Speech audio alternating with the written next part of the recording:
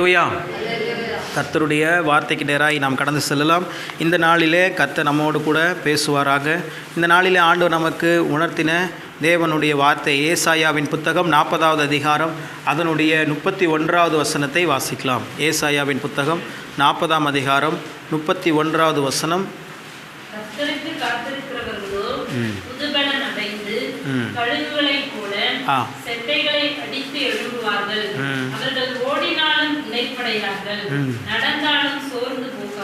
கண்களை மூடி செபிப்போம். வார்த்தையாகிய தேவனே எங்கள் மத்தியில் வெளிப்படும். பேசுகிறவர்கள் நீங்கள் அல்ல, பிதாவின் ஆவியானவரே உங்களிலிருந்து பேசுகிறார் என்று சொன்ன வார்த்தை கனப்படுத்தி அருளும். சொல்லும் அடியார்கள் கேட்கிறோம். திருவசனத்தை கேட்கிறவர்களாய் மாத்திரமல்லாமல் அதன்படி செய்கிறவர்களாய் மாற எங்களை அர்ப்பணிக்கிறோம். நீர் பேசும். இயேசு கிறிஸ்துவின் நாமத்தில் பிதாவே, ஆமென். அல்லேலூயா. இந்த நாளில் உங்களை எல்லாரையும் சந்திக்கிறதுல மிகுந்த மகிழ்ச்சி அடைகிறேன். ஆண்டவர் நல்லவர். ஆண்டவருடைய வார்த்தை இன்றைக்கி நமக்கு என்ன வார்த்தை ஆண்டவர் தருகிறார் அப்படின்னா, இந்த வசனத்தை நம்ம வாசித்தோம். கர்த்தருக்கு காத்திருக்கிறவர்களோ புது பலன் அடைந்து, சொல்லுங்கள், புது பலன் அடைந்து கழுகுகளைப் போல செட்டைகளை அடித்து எழும்புவார்கள். யார் இந்த கர்த்தருக்கு காத்திருக்கிறவர்கள்? அவங்க தான் புது பலன் அடைய முடியும். அவங்க தான் கழுகுகளைப் போல செட்டைகளை அடித்து உயர எழும்ப முடியும். அதுக்கப்புறம் அந்த வசனம் சொல்லுது, அவர்கள் ஓடினாலும் என்ன பண்ண மாட்டாங்க, இளையப்படைய மாட்டார்கள். அப்புறம் நடந்தாலும் சோர்ந்து போக மாட்டார். அப்படிப்பட்டவர்கள் யார்? கர்த்தருக்கு காத்திருக்கிறவர்கள். யார் கர்த்தருக்கு காத்திருக்கிறவங்க? அது தெரிஞ்சிருச்சுன்னா இந்த ஆசீர்வாதம் யாருக்கு அப்படிங்கிறது நமக்கு தெரிஞ்சிடும். யார் சொல்லுங்கள் பார்ப்போம். கர்த்தருக்கு காத்திருக்கிறவர்கள் யார்? நாம தான். அதுவே பாருங்கள், ரொம்ப டவுட். நாம தான். வேறு யார்? கர்த்தருக்கு காத்திருக்கிறீங்களா இல்லையா?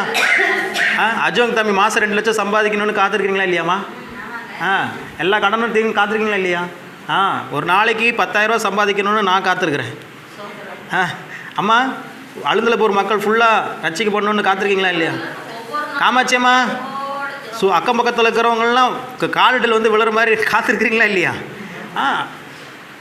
இன்னும் நிறையா சொல்லிகிட்டே இருக்கலாம். ஒவ்வொருத்தட்டையும் கேட்டிங்கன்னா இங்கே காத்திருக்காதவங்க யாருமே இல்லை. எல்லாருமே காத்திருக்கிறோம். ஆண்டவர் நமக்கு ஒரு நன்மை செய்யணும், நம்ம மன விருப்பங்களை நிறைவேற்றணும் அப்படின்னு சொல்லி என்ன பண்ணிகிட்ருக்குறோம்? காத்திருக்கிறோம். நமக்கு தான் சொல்கிறாரு, நீங்கள் புது பலன் அடைந்து கழுகுகளைப் போல செட்டைகளை அடித்து எழும்புவீர்கள். எழும்புவீங்க, மேலே எழும்பி வருவீங்க. நாளாக நாளாக சூழ்நிலைகள் பார்த்தீங்கன்னா கீழே போயிட்டு இருக்கிற மாதிரியே இருக்கும். வாழ்க்கையினுடைய தரம் ப்ராக்டிக்கலாக சொல்கிறேன். நம்மளுடைய வாழ்க்கை தரம் எப்படி இருக்கும்? நாளாக நாளாக கடனுக்கு மேலே கடன், பிரச்சனைக்கு மேலே பிரச்சனை, போராட்டத்துக்கு மேலே போராட்டம், பலவீனத்துக்கு மேலே பலவீனம். ஃபஸ்ட்டாவது ஒரு வேளை சாப்பிட முடிஞ்சிச்சு, இப்போ அந்த ஒரு வேளையும் சாப்பிட முடியல. இப்படிப்பட்ட சூழல் இருக்குதா? நீங்கள் நல்லா புரிஞ்சுக்கோங்க. இது ஒரு அடையாளம். எதுக்கான அடையாளம் அப்படின்னா, ஒரு விதை பூமியில் விதைக்கப்பட்டு அது எந்த அளவுக்கு ஆழமாக போகுதோ அது அந்த அளவுக்கு திரும்பவும் மேலே வரும் மரமாக. அல்லேலூயா. அப்போது நம்ம வாழ்க்கை தரம் அப்படியே கீழே போயிட்டுருக்குதே. இது என்ன நடக்குது? ஒன்றும் புரியலையே. நம்ம ஆண்டவர் அதை நம்பி தான் இருக்கிறோம். நம்ம சரீரத்தில் பலன் குறைஞ்சிக்கிட்டே இருக்குதே. நம்ம வாழ்க்கையில் கடன் அதிகரிச்சுட்டே இருக்குதே. இன்னும் நெருக்கம் அதிகமாகிட்டே இருக்குதே. ஒன்றும் மாற்றம் வந்த மாதிரி தெரியலையே அப்படின்னு இருக்குதுன்னா நீங்கள் நல்லது நினச்சிக்கோங்க. நீங்கள் நல்லா வேர் ஊன்றி கொண்டு இருக்கிறீங்கன்னு அர்த்தம். அல்லேலூயா. ஒரு குறிப்பிட்ட நாட்கள் வரும்போது அந்த விதையானது முளைத்து ஒரு பெரிய மரமாக மாறி அது வாழ்க்கை ஃபுல்லாக கனி கொடுத்து கொண்டே இருக்கும். அல்லேலூயா. ஆமாம். இதுக்கு மிகப்பெரிய ஒரு எக்ஸாம்பிள் எதுனா, நம்ம வீட்டு வாசலில் இருக்கிற முருங்கை மரம் பாருங்கள். வாரம் வாரம் பிரதர் என்ன பண்ணிடுவார்? கட் பண்ணி வச்சுருவார் முருங்கைக்காயை. முருங்கைக்காய் கட் பண்ணி வச்சுருவார். நாங்கள் வாரம் வாரம் எடுத்துகிட்டு போயிடுறோம். ஆமாம். பாருங்கள், ஒரு காலத்தில் இந்த முருங்கையினுடைய விதை இருக்கிற இடம் கூட தெரியாமல் இருந்திருக்கும் இல்லையா? விதைக்கும் போது அதுக்கு வந்து முருங்கை கட்டையை விதைப்பாங்க. பொதுவாக ஒரு விதையை வச்சிங்க அப்படின்னா, ஒரு விதையை விதைச்சிட்டோம் அப்படின்னா அது கொஞ்ச நாளைக்கு அது எப்படி இருக்கும்? அந்த இடம் இருக்கிறதே தெரியாது. ஆனால் அது என்ன நடந்துகிட்டு இருக்குது? உள்ள வேலை நடந்துட்டு தான் இருக்குது. அந்த விதை என்ன ஆகுது? அது உருமாறி அது நல்லா வேறு ஆழமாக விட்டு அப்படியே கொஞ்சம் கொஞ்சமாக ஈஸியாக மேலே வருது. ஒரு ஒரு ஒரு ஒரு குழியை தோன்றதுக்கு இப்போல்லாம் பார்த்தீங்கன்னா ஒரு குழியை தோன்றதுக்கு ஈஸியாக ஜேசிபி வச்சு அள்ளிடுறாங்க. அப்போல்லாம் மனுஷங்க தான் என்ன பண்ணுறாங்க? இப்பயும் ஒரு சில இடத்துல செய்கிறாங்க. ஆனால் மேக்ஸிமம் என்ன பண்ணுறாங்க? வேலை சீக்கிரமாக முடியணுங்கிறதுக்காக 1 மணி நேரத்துக்கு இவ்வளோன்னு சொல்லி காசு வாங்கிட்டு ஜேசிபி வச்சு நோண்டி எடுத்துடுறாங்க. ஆனால் அப்போல்லாம் அதுக்குன்னே இப்போலாம் கிணறு வெட்டுறவங்கன்னு சொல்லி ஒரு பெரிய குரூப்பே இருப்பாங்க கிராமத்தில். ஆமாம், கூட்டமாக போயிடுவாங்க, கிணறு வெட்டிகிட்டே இருப்பாங்க. எவ்வளோ கடினமான வேலை, கொத்து வேலைன்னு சொல்லுவாங்க. பல வேலைகள் இருக்குது, கடினமான வேலைகள்.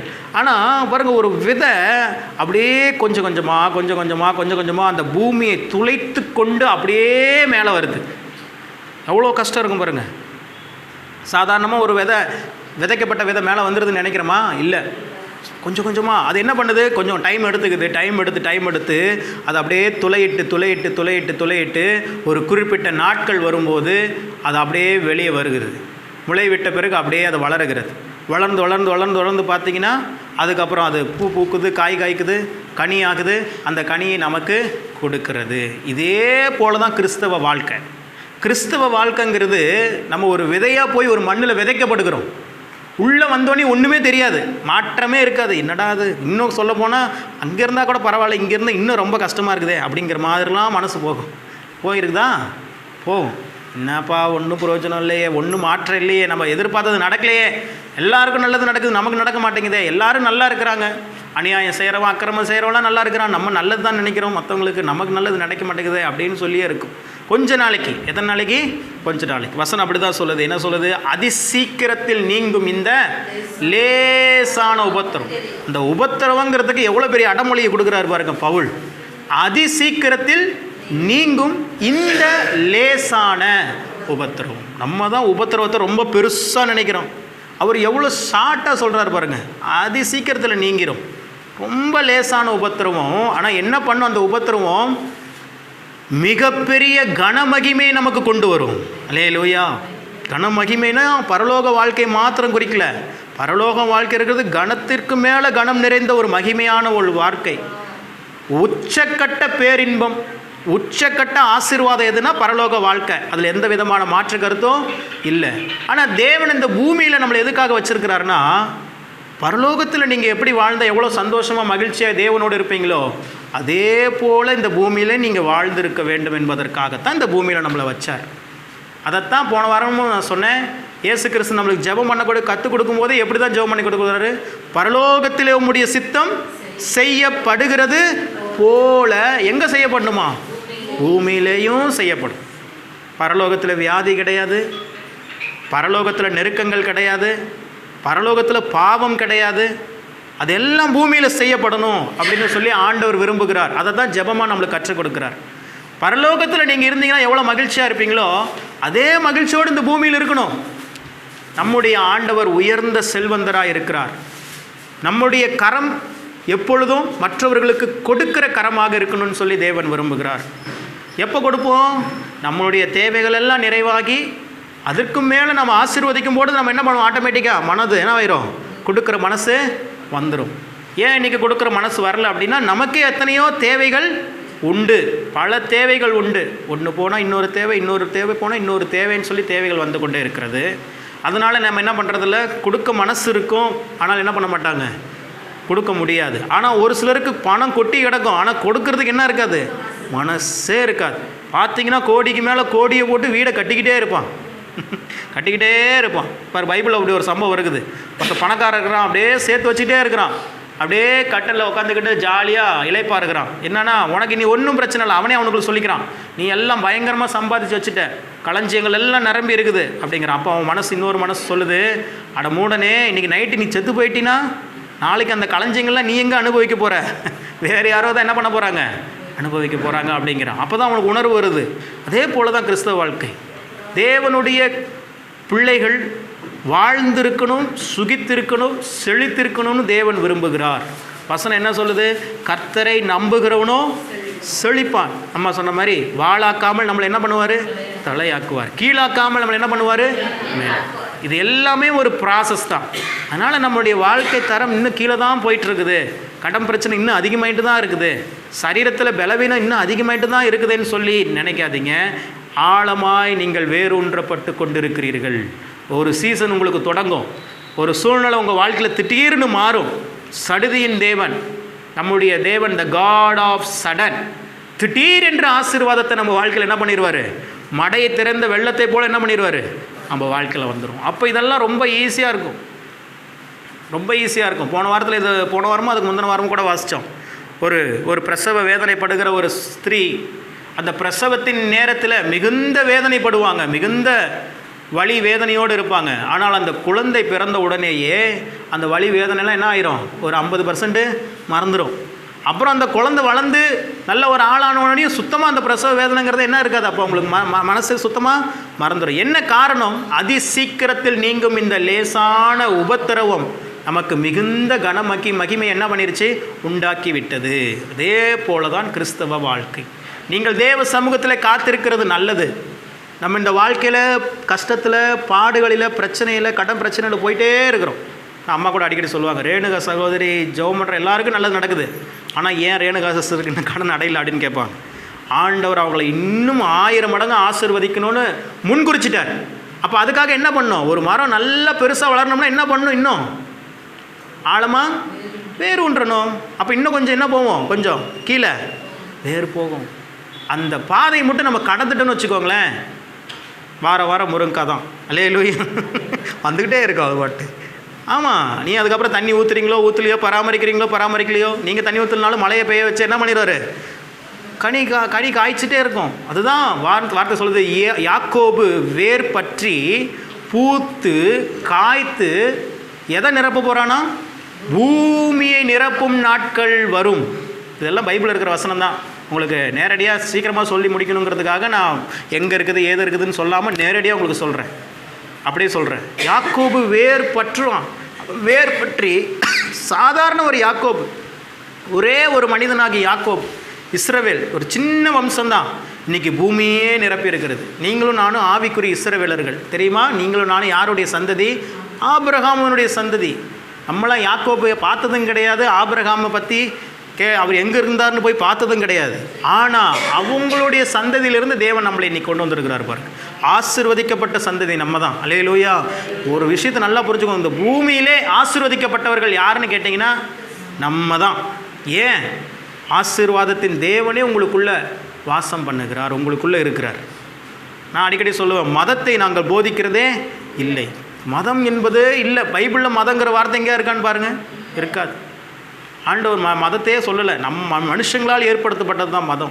கடவுளை பொறுத்த வரைக்கும் அவருடைய பிள்ளைகள், நீங்கள் யாராக இருந்தாலும் சரி, அவருடைய பிள்ளைகள். 4 பிள்ளை. அம்மாக்கா எத்தனை பிள்ளைங்க சொன்னீங்க? 4 பிள்ளைங்க சொன்னாங்க. எங்கள் அம்மாவுக்கு 4 பிள்ளைங்க. 4 பிள்ளைங்களும் ஒரே மாதிரி இருக்குன்னு நினைக்கிறீங்களா? ஒன்று ரொம்ப சேட்டையாக இருக்கும், ஒன்று ரொம்ப அமைதியாக இருக்கும், ஒன்று ரொம்ப சேட்டையே பண்ணாது, அமைதியாகவும் இருக்காது, ரெண்டுத்துக்கும் நடுவில் ஒன்று இருக்கும். ஆனால் எல்லாத்தையும் கரெக்டாக மேனேஜ் பண்ணுவாங்க அப்பா அம்மா. கரெக்டாக. இன்னும் சொல்ல போனால் தகப்பன் கூட வீட்டில் வேலைக்கு போயிடுவாங்க, எதாவது பண்ணிடுவாங்க. அப்போ இருந்து காலகட்டத்தில் சொல்கிறேன். இப்போலாம் சகோதரிகள் தான் வேலைக்கு போகிறாங்க, நாங்கள் தான் பார்த்துக்குறோம். அப்போ சொல்கிறேன், நான் என்னையும் சொல்கிறேன். ஆமாம், அப்போது பார்த்திங்கன்னா கடுமையாக உழைப்பாங்க. அப்போலாம் அவர் டாக்டரு, கடுமையாக உழைப்பாங்க, போயிடுவாங்க. வீட்டில் இருக்கிறவங்க தான் என்ன பண்ணுவாங்க, பிள்ளைகளை பார்த்துக்கணும். அப்போது ஒவ்வொரு பிள்ளை ஒவ்வொரு வித்தியாசமாக தான் இருக்கும்.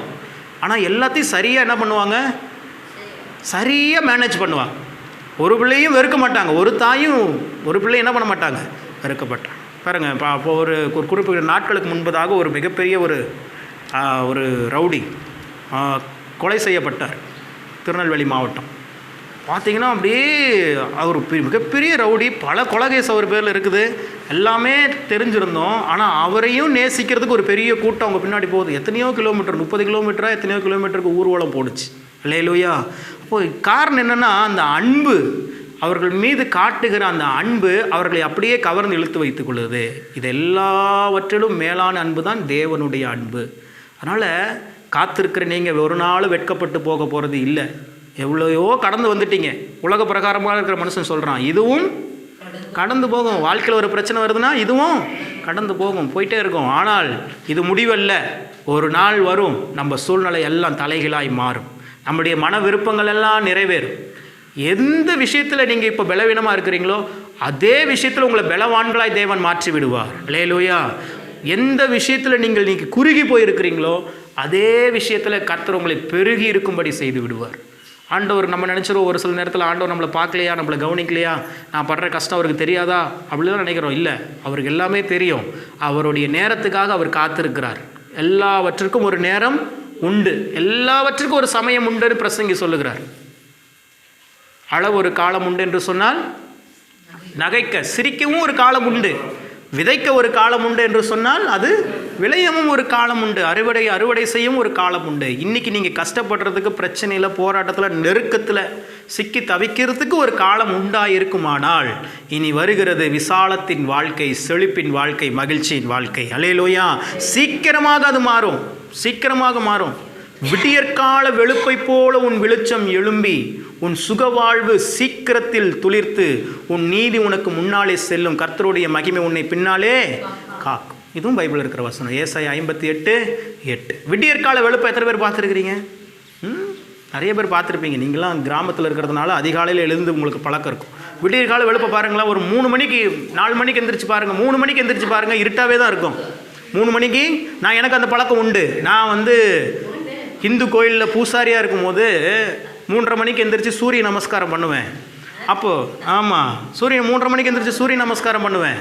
இப்படி நின்றுக்குவேன், அதெல்லாம் காமிக்க, அப்படி காலை வச்சுட்டு இப்படி நின்றுக்குவேன். வீட்டு வெளியே வாசலில் நின்றுட்டு 3 மணிக்கு பார்ப்பேன். அப்படியே இருட்டாக தான் இருக்கும். நைட்டு 12 மணிக்கு நீங்கள் எப்படி பார்த்தீங்களோ இருட்டு, அதே இருட்டு தான் இருப்போம். இந்த கண்ணை மூடி சூரிய நமஸ்காரம் பண்ணி முடிச்சுட்டு கண்ணை திறப்பும் பாருங்கள், திடீர்னு ஒரு மிகப்பெரிய வெளிச்சமாக இருக்கும். அதுதான் விடியற்கால வெளுப்பு. ஆனால் இருட்டாக இருக்கிற மாதிரியே இருக்கும், திடீர்னு பார்த்தீங்கன்னா வெளிச்சம் வந்துடும். பார்த்துருக்கீங்களா? நான் பார்த்துருக்குறேன் அடிக்கடி. இப்போலாம் பார்க்குறதில்ல. அப்போது நான் என்னுடைய கடந்த நாட்களில் அச்சா மாதிரி நான் ஸ்கூல் படிச்சுட்டு இருக்கும்போதெல்லாம் பார்ப்பேன். அதான் விடியற்கால வெளுப்பு. ஆண்டவர் பைபிள் ஒரு வசனம் எழுதியிருக்கிறாருன்னா சாதாரணமாகலாம் எழுதலை, அதுக்கு பின்னாடி பல ஆழமான கருத்துக்கள் உண்டு. நான் இன்னும் செய்திக்கே உள்ளே போகலை, ஆனால் மேலாப்பிலேயே பேசிகிட்டு இருக்கிறேன். ஆனால் அதுவே ஆவியானவர் அப்படியே லீட் பண்ணி கொண்டு போகிறார். காரணம் என்ன அப்படின்னா, இன்றைக்கி நீங்கள் பல பேர் சோர்வில் இருக்கிறீங்க, அந்த சோர்வை ஆண்டவர் மாற்றணும்னு நினைக்கிறார். அவ்வளோதான். நீங்கள் கலங்காதீங்க, நீங்கள் கண்ணீர் விடாதீங்க. கண்ணீர் விடுகிறதுனாலையும் கவலைப்படுகிறதுனாலையும் ஒன்றும் நடக்க போகிறது இல்லை. நான் சொல்லலை, இயேசு கிறிஸ்து சொல்கிறார், ரீசெண்டாக சொல்கிறார், மத்தேயுவில் சொல்கிறார், கவலைப்படுகிறதுனால் உன் சரீரத்தில் எவன் ஒரு முழத்தை கூட்ட முடியும், எவன் ஒரு முழத்தை முடிஞ்சிருமா? கவலைப்படுறதுனால ஒன்றுமே நடக்காது அப்படிங்கிறத தான் இயேசு கிறிஸ்து சொல்கிறார். ஆனால் நீங்கள் அந்த நெருக்கத்தின் மத்தியில் கவலைப்படாமல் கர்த்தரை நம்பி வாழ பழகிட்டீங்கன்னா எல்லாமே நடக்கும். அல்லேலூயா. ஆண்டவர் கடல் மீது நடந்தார். பாட்டு பாடினோம்ல, கூடுமே எல்லாம் கூடுமே, உம்மாலே எல்லாம் கூடும், பலத்தினாலும் அல்ல, பராக்கிரமத்தினாலும் அல்ல, தேவனுடைய ஆவியினாலேயே. 2 காரியம்தான் எனக்கு கடந்த நாட்கள் ஆண்டவர் கற்றுக் கொடுத்துட்டே இருக்கிற காரியம். எனக்கும் ஒரு பெரிய மன நெருக்கம்தான். ஏன்னா வருஷம் ஃபுல்லாக கடன்லேயே இருக்கிறோமே, தேவைகள் சந்திக்கப்படுது, கடனுக்கு வட்டி அடைச்சிட்றோம், எல்லாம் பண்ணிடுறோம், அதெல்லாம் ஒன்றும் பிரச்சனை இல்லை, சாப்பிட்றோம், மாதம் ஓடிடுது. ஆனால் கடன் எதுவும் அடைய மாட்டேங்குது. என்ன பண்ணுது? கடன் அப்படியே தான் இருக்குது. அந்த கடனுக்கான வட்டி தொகை மாத சம்பளத்திலேருந்து அடைச்சிட்றோம், லோனை கட்டுறோம், வட்டியை கட்டுறோம், எல்லாம் பண்ணுறோம். ஆனால் கடன்கள் அடைக்கப்பட மாட்டேங்குது. என்ன ஆண்டவரே பண்ணுறதுன்னு தலையை பிச்சுட்டு உட்காரும் போது அப்போ ஆண்டவர் சொல்கிறாரு, பொறுமையாயிரு, காத்திரு. வாக்குத்தத்தம் பண்ணப்பட்டதை பெற்றுக்கொள்ளணும்னா 2 காரியம்தான் தேவை. கடந்த நாட்களில் அதுவும் குரூப்பில் நான் பிரசங்கம் பண்ணேன். பொறுமையாக இருக்கணும், காத்திருக்கணும். இது 2ல் ஏதாவது ஒன்று இழந்துட்டீங்க, ஆசீர்வாதத்தையே நம்ம இழந்துருவோம். இவ்வளோ நாள் பட்ட கஷ்டங்களெல்லாம் என்ன ஆயிரும்? வீணாக போயிடும். ஆண்டவர் சொல்கிறாரு, ஒரு நாளும் உங்களுடைய பிரயாசம் வீணாகாது. இந்த விஷயத்தை மட்டும் தெரிஞ்சுக்கோங்க. எந்த அளவுக்கு இன்னும் கீழே போயிட்டே இருக்கிறோமோ அந்த அளவுக்கு நாம் வேறு ஒன்றி கொண்டே இருக்கிறோம். சீக்கிரமாக விடியற்கால வெளுப்பை போல ஒரு வெளிச்சம் நம்ம வாழ்க்கையில் எழும்பி வரும். வரும் பொழுது நம்ம வாழ்க்கையில் மாற்றங்கள் உண்டாகும்.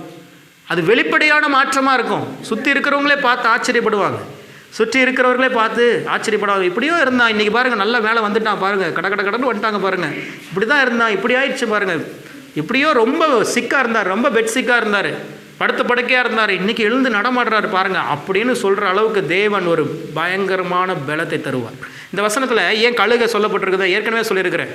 கழுகு ஒரு குறிப்பிட்ட நாட்களுக்கு மேலே என்ன ஆயிரும், ஒரு பெரிய மலையிட்ட போய் உட்காந்து தன்னுடைய அந்த மூக்கு, அந்த ஷார்ப்பாக இருக்க அந்த மூக்கை வச்சு என்ன பண்ணும், தன்னுடைய இறகுகளை அதே பிச்சு எடுக்குமா.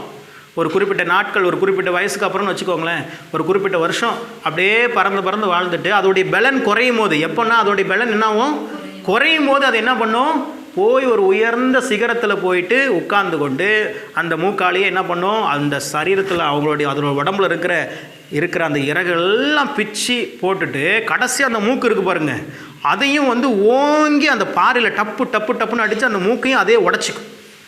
அதை உடச்சி அதோடைய சூழ்நிலை அதை கடைசி அதை பார்க்கும்போது அது எப்படி இருக்குமா, அப்படியே அதனுடைய மூக்கெல்லாம் ரத்தம் வழிஞ்சி உடம்பெல்லாம் வந்து பார்த்திங்கன்னா அந்த இறகுகள்லாம் பிடுங்கப்பட்டதுனால அதிலிருந்து அப்படியே ரத்தம் வளைஞ்சு அப்படியே அந்த ரத்த கலவையாக அந்த கழுகு இருக்குமா. ஒரு குறிப்பிட்ட நாட்கள் அந்த வலியை தாங்கிக்கிட்டு அது அப்படியே அமைதியாக இருக்குமா. கொஞ்ச நாள் ஆனாவனையும் என்ன ஆகுமா, புது இறகுகள் அப்படியே முளைக்க ஆரம்பிக்கும். அதுக்கு புது இறகுகள் முளைக்க ஆரம்பிக்கும். அந்த மூக்கு உடைச்ச அது மூக்கு திரும்பவும் புதிதாக வளர ஆரம்பிக்குமா. அது கம்ப்ளீட் ஆனோனையும் பார்த்தீங்கன்னா இதுக்கு முன்னாடி இந்த அளவுக்கு பறந்துட்டு இருந்த அந்த கழுகு அந்த ப்ராசஸ்லாம் கம்ப்ளீட் பண்ண பார்த்தீங்கன்னா அதை விட மேலே பறந்துட்டு இருக்குமா. அல்லேலூயா. அதனால தான் ஆண்டவர் அந்த இடத்த கழுகை பயன்படுத்துகிறார். ஏன் கர்த்தருக்கு காத்திருக்கிறவர்களையும் கழுகையும் ஈக்குவல் பண்ணுறாரு அப்படின்னா, இந்த கழுகு எப்படி ஒரு குறிப்பிட்ட நாள் ரொம்ப வேதனைப்படுது, அதோடைய இறகுகளை பிடுங்கி அதோடைய மூக்கை உடச்சி ரத்த வெள்ளத்தில் அதுவே கிடக்குது பார்த்தீங்களா, அது மாதிரியான சூழல்கள் தேவனுடைய பிள்ளைகளுக்கு வரும். ஆனால் அந்த நேரத்தில் நீங்கள் பொறுமையோடு காத்திருந்துட்டீங்க அப்படின்னா, கர்த்தரை நம்பி வாழ்ந்துருந்துட்டீங்க அப்படின்னா, உங்களுடைய வாழ்க்கையில் புது இறகுகள் முளைக்க ஆரம்பிக்கும். உடைந்து போன அந்த மூக்கு திரும்பவுமாக புது பலத்தோடு வரும். அதற்கப்புறம் பார்த்தீங்கன்னா உங்களை பிடிக்க ஆளே இருக்காது, நீங்கள் மேலே பறந்துட்டே இருப்பீங்க. அதை தான் இந்த வசனம் சொல்லுது, கர்த்தருக்கு காத்திருக்கிறவர்களோ பழைய பலன் அல்ல, ஏற்கனவே உங்களுக்கு ஒரு பலன் இருந்துச்சுல அந்த பலன் இல்லை, புது பலன் அடைந்து கழுகுகளை போல. அதனால தான் ஆண்டவர் அந்த இடத்துல கழுகை வந்து என்ன பண்ணுறாரு, நம்மளுக்கு ஈக்குவல் பண்ணுறாரு. கழுகுகளை போல செட்டைகளை அடித்து எழும்புவீர்கள். அதுக்கப்புறம் நீங்கள் ஓடுவீங்க, ஆனால் உங்களுக்கு இளைப்பு என்ன சொல்கிறது, இளைப்படையவே மாட்டீங்க, நடந்துப்பீங்க, ஆனால் சோர்ந்து போகவே மாட்டீங்க. உங்கள் வாழ்க்கை அப்படிப்பட்ட ஒரு ஆசீர்வாதமான ஒரு வாழ்க்கையாய் மாறிவிடும். ஆகவே கர்த்தருக்கு காத்திருக்கிற நீங்கள் ஒருபோது வெட்கப்பட்டு போவதில்லை. திரும்ப திரும்ப ஆண்டவர் நம்மளுக்கு ஒவ்வொரு வாரமும் செய்தி ஒரே மாதிரியே இருக்கும். ஏன் ஆண்டவர் உங்களுக்கு ஒரே மாதிரியே கொடுக்குறாருன்னா, இன்னும் கொஞ்ச நாள் தான், இன்னும் கொஞ்சம் டைம் தான், இதை மட்டும் தாண்டிடு நீ ஜெயிச்சிருவ. அந்த காரியத்தை அந்த பாயிண்ட்டை உங்களுக்கு சொல்ல வருகிறார். உங்களுடைய வாழ்க்கையில் என்ன பிரச்சனை இருக்குங்கிறது உங்களுக்கு தெரியும். அந்த பிரச்சனையில் ஒரு மாற்றத்தை தேவன் தரப்போகிறார். அல்லேலூயா. எல்லாருக்கும் ஒரே பிரச்சனை கிடையாது. ஒருத்தருக்கு சரீர ரீதியாக பிரச்சனை, ஒருத்தருக்கு பொருளாதார ரீதியாக பிரச்சனை, ஒருத்தருக்கு என்ன பிரச்சனையே தெரியாது, மன ரீதியாக பிரச்சனை இருக்கும். ஆனால் எந்த பிரச்சனையாக இருந்தாலும் தேவன் அதை மாற்றுவார். அல்லேலூயா. நீங்கள் கழுகுகளைப் போல செட்டைகளை அடித்து உயர எழும்புகிற நாட்கள் மிக விரைவில் வரப்போகிறது.